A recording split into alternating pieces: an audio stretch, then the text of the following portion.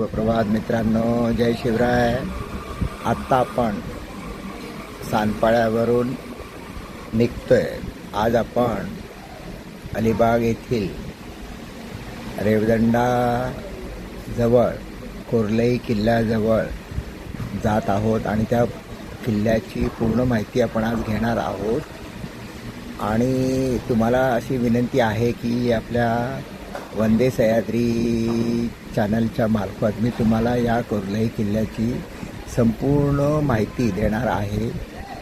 आणि या माहितीसाठी तुम्ही मला लाईक करा, शेअर करा, सबस्क्राईब करा आणि कमेंट करायला विसरू नका, जेणेकरून मला माझा पुढचा जो प्रवास आहे म्हणजे माझ्या या किल्ल्याची मी माहिती जे तुम्हाला देणार आहे त्याच्याबद्दल तुमच्या कमेंट ऐकणं मला खूप आवडेल.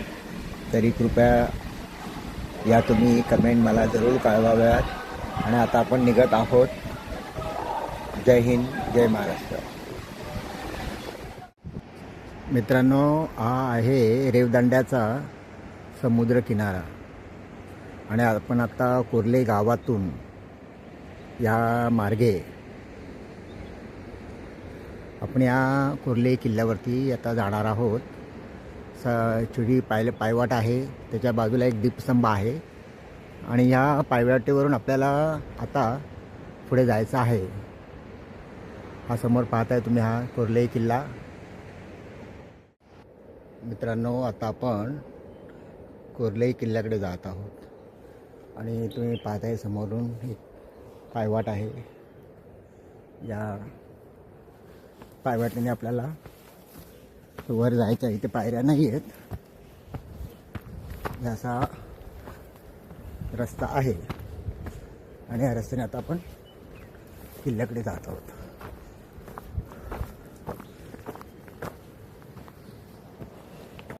थोडं पुढे आल्यानंतर 500 मीटर पुढे आल्यानंतर आपण पायऱ्या बघताय. एकेकाळी कदाचित हा चांगला असा रस्ता असावा, परंतु कालांतराने तो आता ढासळलेला आहे. त्यामुळे पायरीचा आधार घेऊन जाणं मुश्किल आहे. तुम्ही पाहताय जागोजागी अशा पायऱ्या ढासळलेल्या आहेत. जाण्याचा रस्ता कठीण आहे. मित्रांनो, तुम्ही पाहताय आता आपण वरती चढताना हे दृश्य पाहिलं. या ठिकाणी 4-5 पाण्याच्या बाटल्या, रिकाम्या बाटल्या इथे पडलेल्या आहेत. गडावर येताना पाणी नक्की आणा, पण जाताना त्याच बाटल्या आपल्या बागेत व्यवस्थित भरून परत खाली न्या आणि जिथे डस्टबिन असेल तिथे टाका. आणि आता आपला रस्ता संपलेला आहे. आपण दरवाजावर आलो आहे, पण हा मुख्य दरवाजा नाही वाटत. कदाचित दुसरा रस्ता असावा, कारण हा छोटा रस्ता आहे. आता आपण गडामध्ये प्रवेश करत आहोत.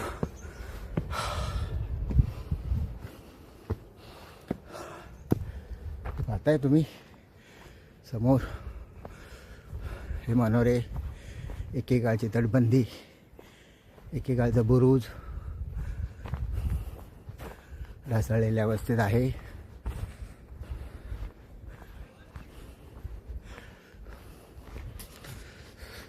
मित्रांनो, तुम्ही आता आपण गडाच्या मागच्या दिशेला आलेला आहोत आणि तुम्ही पाहताय चारी साईडने हा समुद्र आहे आणि बाजूची तटबंदी आणि हा रस्ता.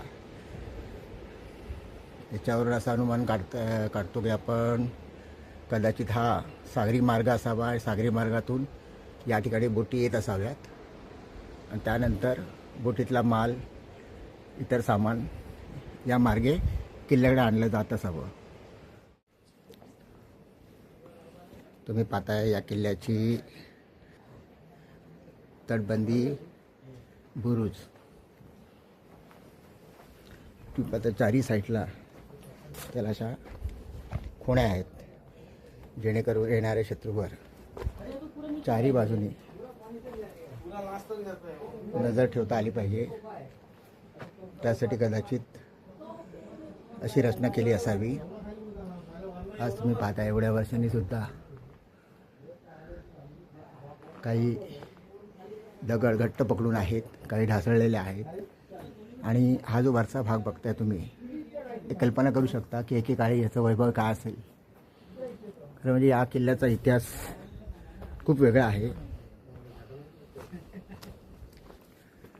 काही इतिहासकारांचं म्हणणं आहे की निजामच्या इकडून हा किल्ला पोर्तुगीजांनी घेऊन बांधला आहे. काही इतिहासकारांचं म्हणणं आहे की पोर्तुगीजांनी किल्ला हा विकत घेतला. काहींचं म्हणणं आहे की काही घोडे त्यांना देऊन घोड्याच्या बदल्यात त्यांनी ही किल्ला घेतला आणि तो बनवला.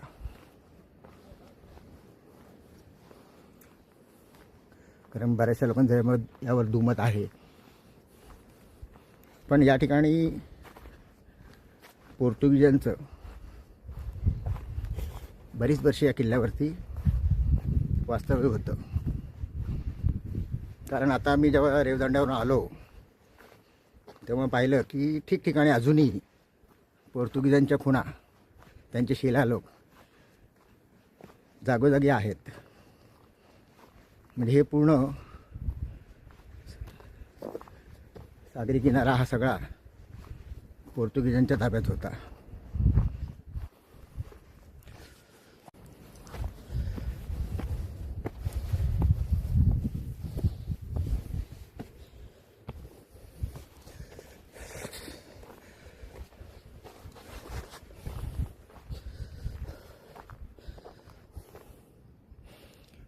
आपल्याला या ठिकाणी पहिली तोफ दिसलेली आहे.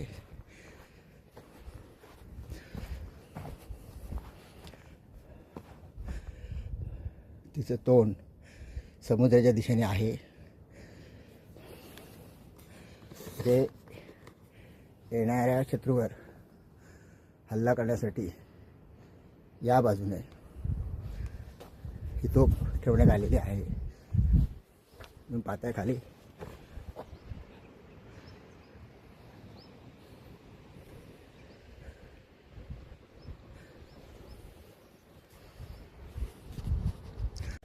आता आपण समोरच्या मार्गातून आल्यानंतर डाव्या बाजूला ही तोफ आपल्याला दिसली आणि उजव्या बाजूला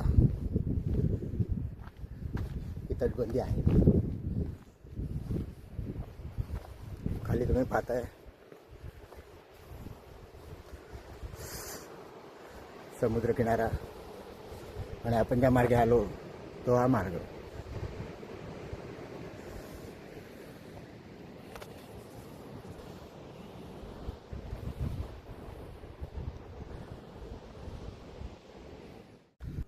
आपण आता या इथून आलो आपण आता आणि तुम्ही पाहताय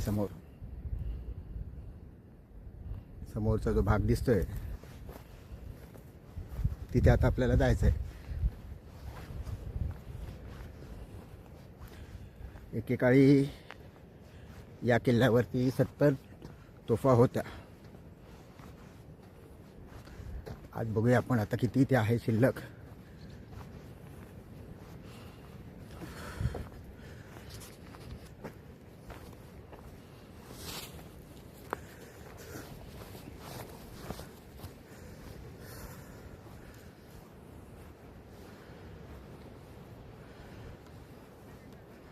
ह्या साईडला बघताय तुम्ही, या सगळ्या सह्याद्रीच्या रांगा आहेत आणि ह्या साईडला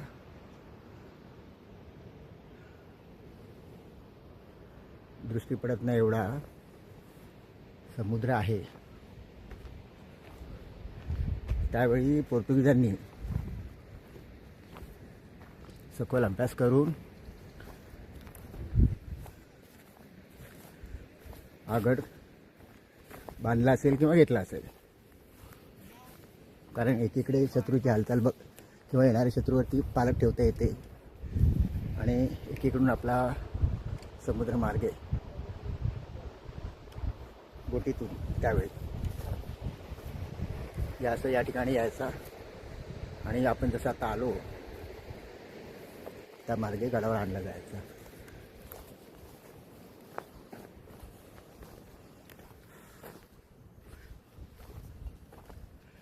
आता आपण समोर ही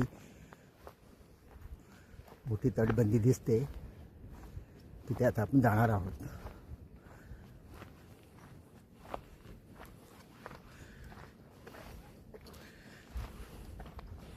तुम्ही हा जो भाग बघताय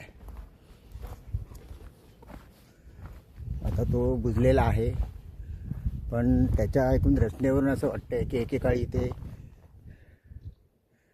पाण्याचं टोका असावं,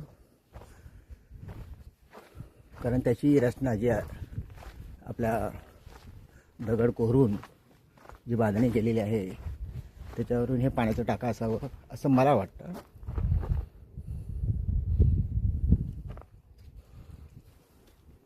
आता आपण जात आहोत वरच्या बाजूला. मित्रांनो, तुम्ही पाहताय गडाच्या वर आल्यानंतर आपण या ठिकाणी मध्यभागी एक शंकर महादेवाचं मंदिर आहे.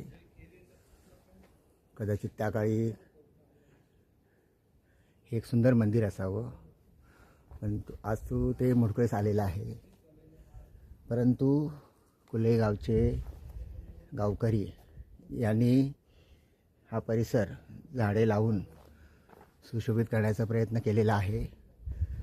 तुम्ही पाहता या ठिकाणी सफाई कामगार सुद्धा आहे.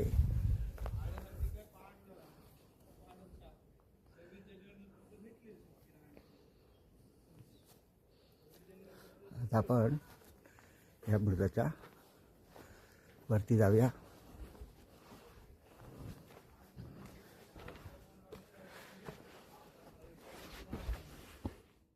बघा, आता आपण अजून वर आलेलो आहोत आणि मगाशी म्हटल्याप्रमाणे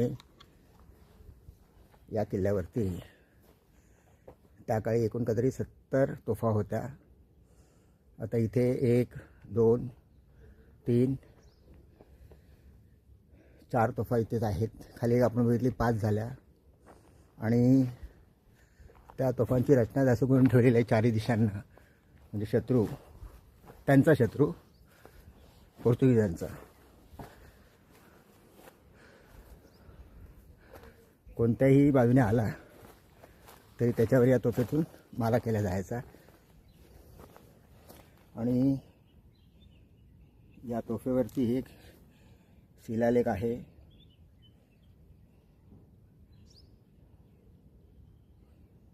आणि एक आकडा आहे, पण अस्पष्ट आकडा आहे, म्हणजे त्यावेळची जी तोफेची मेढ असावी, मेढचं तारीख असावी. ही तोफ थोडी, तिचं तोंड मोडकळीस आलेलं आहे. आणि ही जी बैलगाडी तुम्ही पाहताय, पूर्वी असं असायचं की या बैलगाडीवरती ही तोफ ठेवली जायची आणि ज्या साईडनी शत्रू येईल त्या साईडनी फिरवली जायची आणि त्याप्रमाणे मग ते शत्रूवर मारा करायचे. त्यासाठी ही बैलगाडी टाईप त्याने अशी बनवलेली, म्हणजे हवं तसं हवं तिथे तोफ फिरवता आली पाहिजे. आता आपण सध्या वरती आहोत, नंतर आपण खाली जाणार आहोत.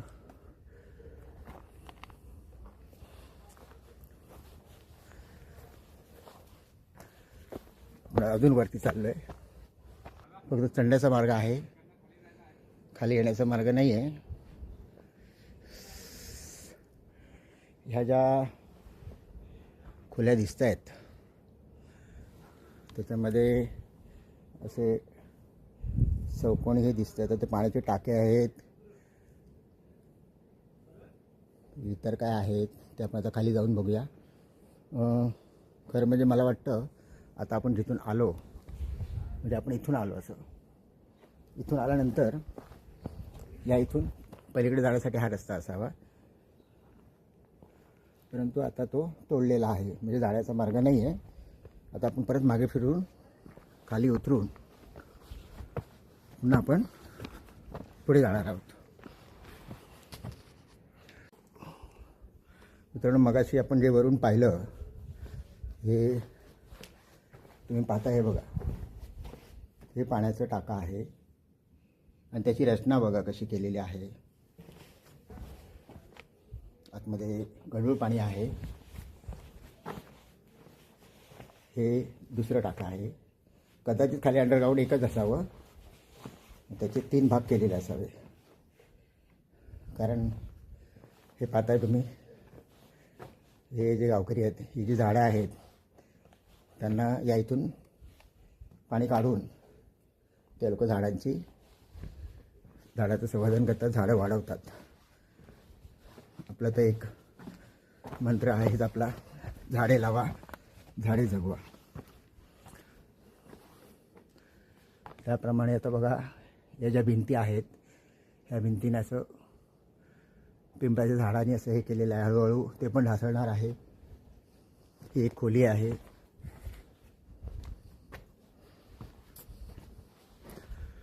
धान्य कोठार, शस्त्र कोठार काहीतरी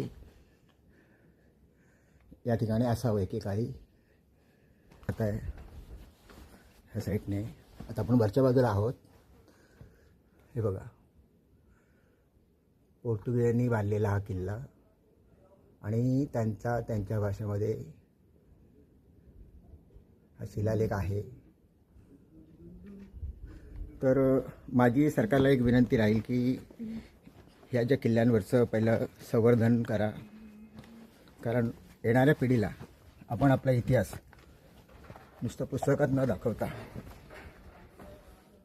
त्या ठिकाणी जाऊन दाखवला तर त्यांना अजून समजेल आपल्या इतिहासाचं महत्त्व, आपल्या राजांचं महत्त्व. पण काय होतं, आता मी वसई किल्लासुद्धा केला होता. त्या ठिकाणी सुद्धा असे बरेच शिलालेख मला दिसले पोर्तुगीजांचे. कारण वसई किल्ला पण पोर्तुगीजांकडेच होता, 100 वर्षाच्या वर. त्या ठिकाणी सुद्धा त्यांचे बरेचसे शिलालेख आहेत. आता आपण खाली आलो आहे, खालून बघूया. मला तर काही समजत नाही. हे बघा,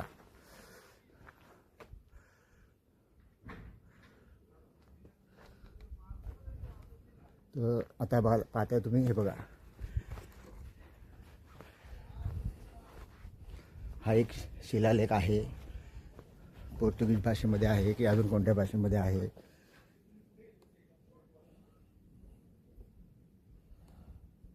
हे असे शिलालेख पडलेले आहेत. पुरातन विभागाने याची दखल घेऊन हे जे शिलालेख आहेत, त्यावेळी त्यांचा इतिहास लिहिला असेल कदाचित पोर्तुगीजांनी, तर तो आपल्याला समजला पाहिजे.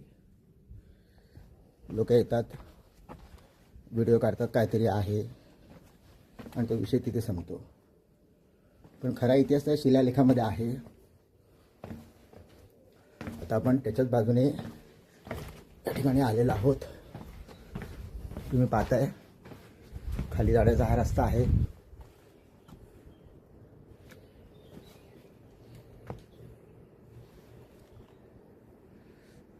कदाचित हा त्यावेळी येण्याचा एक मार्ग असावा.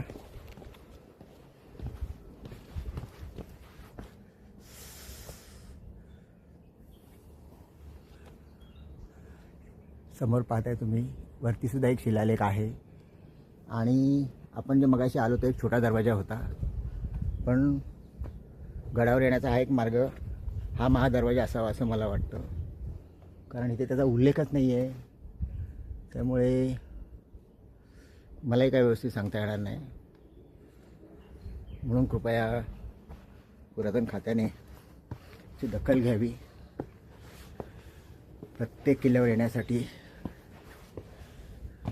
लोकांना प्रोत्साहित करावं, जेणेकरून आपला इतिहास आपल्या पुढच्या पिढीला समजला पाहिजे. आता मित्रांनो, समोर ही जी वास्तू पाहताय बघा,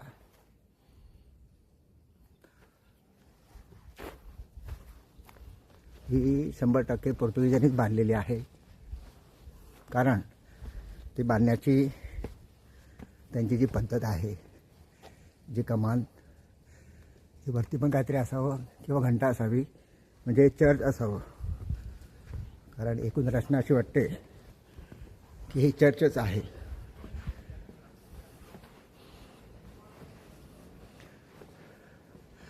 त्यावेळी तर हे पूर्ण बंदिस्त असेल.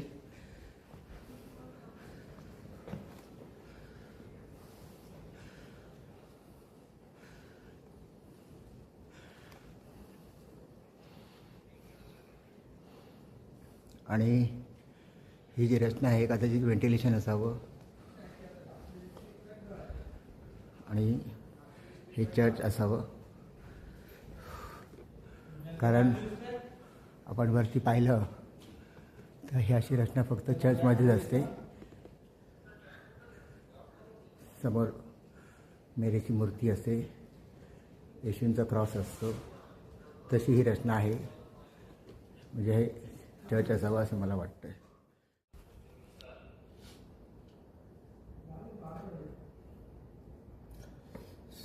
मित्रांनो, गडावर येताना पाणी नक्की आणा.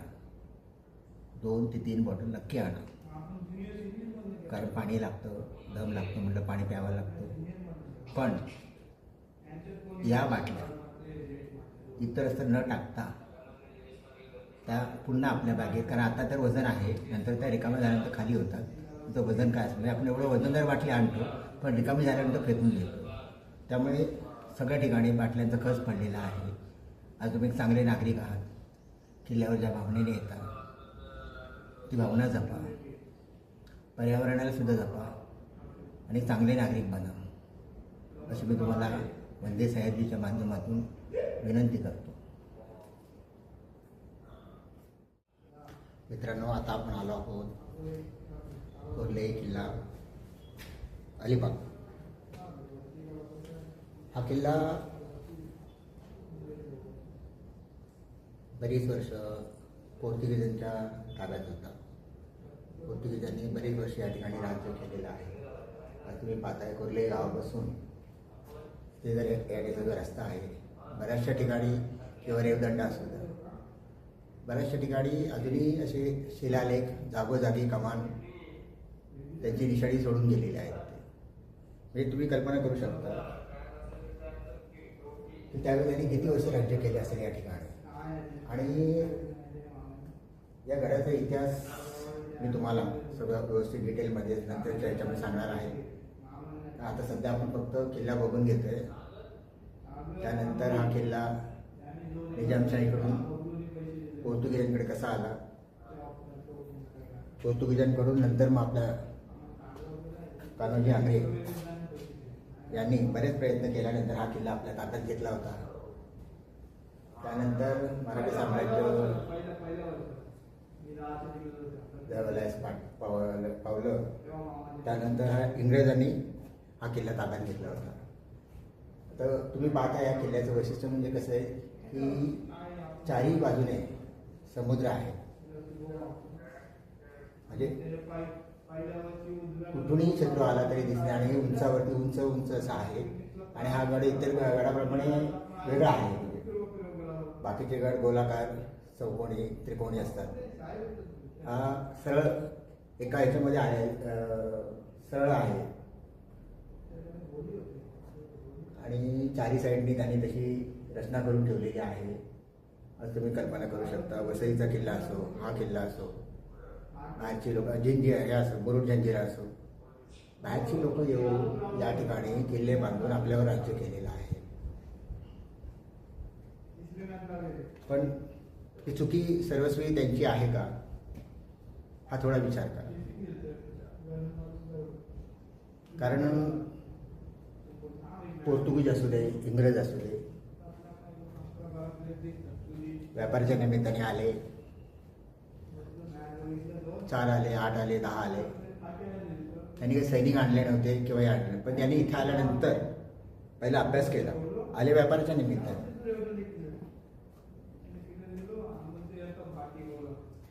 त्यांचं व्यापाराचे म्हणजे मसाल्याचे पदार्थ आणायचे, पण त्यांचा दुसरा एक उद्देश होता धर्म परिवर्तन. धर्म परिवर्तन हे त्या काळी सुद्धा होतं, आता सुद्धा आहे आणि पुढे सुद्धा राहील. तुम्ही जर इतिहास व्यवस्थित पाहिलात, कदाचित माझं मत तुम्हाला पटणार नाही आहे, पण इतिहास तुम्ही व्यवस्थित वाचा, तुम्हाला समजेल. जेव्हा 8, 10, 15 इंग्रज आले, इथे येऊन त्यांनी बघितलं आपण जातीमध्ये विभागलेले आहोत, आणि त्याचाच फायदा घेऊन त्यांनी आज 150 वर्ष तरी आपल्या मला वाटतं राज्य केलं असेल. सैनिक आपलेच, सैनिक इथलेच होते, सैनिक काही बाहेरचे नव्हते. म्हणजे आपल्याच माणसांना हे करून आपल्याच माणसांवर गोळीबार करायला लावला, आपल्याच माणसांविरुद्ध हे केलं आणि राज्य केलं. तुम्ही जपानचा एक व्हिडिओ पाहिला मी मागे, त्याच्यामध्ये जपानी लोक कधी भारतीय लोकांना आपल्या घरी नेत नाही. त्याचं कारण त्यांनी खूप छान सांगितलं. त्या मित्राने विचारलं, बाबा तुम्हाला का नाही घरी नेत? तर त्यांनी सांगितलं की बाबा रे, भारतीय माणसाला तेव्हासुद्धा लाचारी सवय होती, गुलामी सवय आजही आहे. थोड्याशा पैशासाठी सुद्धा काही करायला तयार असतात. तो माझा विषय नाही आहे, पण ते कुठलेही असू दे. मग देशाबद्दल कोणाला जास्त प्रेम नाही आहे, म्हणजे असं वाटतं. कारण हे इंग्रजांनी, पोर्तुगीजांनी दाखवून दिलेलं आहे. ज्यावेळी 100-150 इंग्रज होते, तेव्हा आपली लोकसंख्या किती होती? 10, 20, 30 कोटी. का नाही त्यांच्यावर राज्य केलं? 1857चं बंड का हे झालं बघा तुम्ही. ते जर बंड फसलं नसतं तर आज आपण खूप अजून पुढे गेलेला असतो. पण आपल्याच ह्याच्यामधून